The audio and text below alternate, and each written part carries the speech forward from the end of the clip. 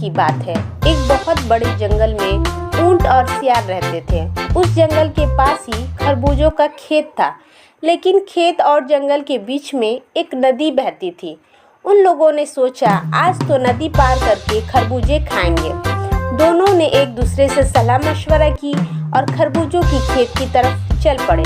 जैसे ही नदी के पास पहुंचे, सियार बोला, अरे ऊंट भाई, तुम मुझे अपनी पीठ पर बैठा लो, मैं भी नदी पार कर लूँगा, वरना ऐसे तो नदी मेरे लिए बहुत गहरी है।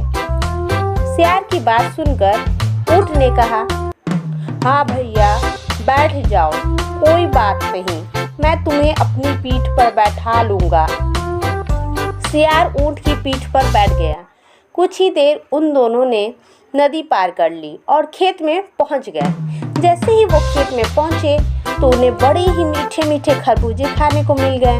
दोनों खरबूजे खाने लगे, लेकिन थोड़ी ही देर में सियार का पेट भर गया। वो अजीब सी आवाजें निकालने लगा। अब मेरा पेट भर गया, कितने मीठे खरबूजे थे, ओहो अब मेरा पेट भर गया, कितने मीठे खरबूजे थे। ये देखकर ऊंट ने उसे गाना गाने से मना किया। अरे सियार भाई, गाना मत गाओ, वरना कोई आ जाएगा। लेकिन सियार ने उसकी बात नहीं सुनी। सियार कहने लगा, अरे ऊंट भाई, जब तक मैं गाना ना गाऊं, मेरा खाना हजम नहीं होता। ये देखकर ऊंट परेशान हो गया। उसने कहा, अरे यार, अगर तुम ऐसे ही चिल्लाते रहे तो खेत का मालिक आ जाएगा और हमारी बहुत पिटाई होगी। लेकिन सियार चुप नहीं हुआ। वो गाना गाते ही गया। सियार की आवाज़ सुनकर खेत का मालिक आ गया। अरे कौन है वहाँ जो मेरे खरबूजे खा रहा है? अभी आता हूँ मैं, उसकी पिटाई करूँगा। शेर के मालिक को आते देखकर सियार तो झाड़ियों के पीछे छुप गया और ऊंट बेचारा पिट गया, क्योंकि वो इतना लंबा और ऊंचा था कि इसके लिए छुपना नामुमकिन था।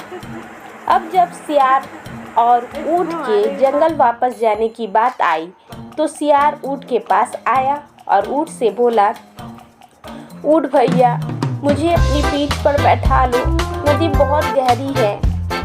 ऊंट ने उस वक्त तो कुछ नहीं कहा। उसने बोला, हाँ भैया, बैठ जाओ। वो सियार को सबक सिखाना चाहता था। सियार ऊंट की पीठ पर बैठ गया। थोड़ी ही दूर आगे जाकर जब नदी के बीचों बीच वो पहुंचा, उसने जानबूझ के नदी में डुबकी ले ली। सियार ने ऐसा करने से मना किया। अरे भाई, ऐसा मत करो, मैं डूब जाऊंगा, भाई ऐसा मत करो। अरे वो क्या है ना सियार भाई, खाना खाने के बाद अक्सर मेरे साथ ऐसा ही होता है, खाना ही हजम नहीं होता, क्या करे, मेरी आदत है। ये कहकर ऊंट ने दूसरी डुबकी लगाई। सियार फिर डर गया। अरे भाई, ऐसा मत करो, तुम समझ क्यों नहीं रहे हो, मैं डूब जाऊंगा, अरे बस थोड़ी देर रुक जाओ, प्लीज़ ऐसा ना करो। लेकिन अब ऊंट की बारी थी। उसने सियार की एक नहीं सुनी और डुबकी लगाता रहा। सियार ऊंट की पीठ से फिसल जाता है और नदी में गिर जाता है। सियार नदी में डूब गया। अब सियार को उसकी गलती का एहसास हो गया। इसीलिए लोग कहते हैं हमें सबके साथ अच्छा सलूक करना चाहिए, क्योंकि हम जैसा करेंगे वैसा ही हमारे साथ होगा, जैसी करनी वैसी भरनी। बच्चों, अगर आपको हमारी ये वीडियो पसंद आई हो तो प्लीज़ चैनल को लाइक और सब्सक्राइब ज़रूर करें।